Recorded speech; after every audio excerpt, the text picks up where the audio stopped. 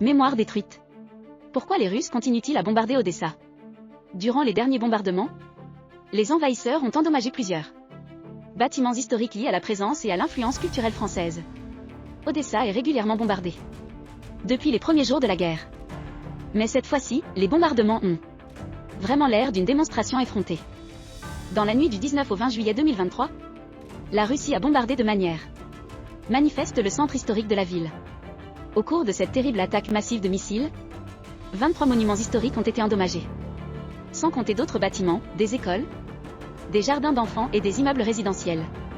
Un missile qui n'a pas pu être intercepté par les défenses aériennes ukrainiennes a frappé un immeuble de bureaux ordinaire du début de la rue Kanatna.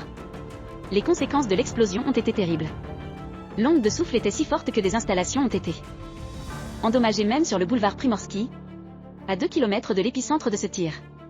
Le lendemain, dans la nuit du 23 juillet, le bombardement du centre-ville s'est répété et les conséquences ont été encore plus graves. 27 sites du patrimoine culturel ont subi des destructions. Poutine et les Russes de considérer Odessa comme une ville authentiquement russe et de rêver de l'annexer de nouveau, jusqu'à la rayer de la carte, au cas où ils ne pourraient pas se l'approprier.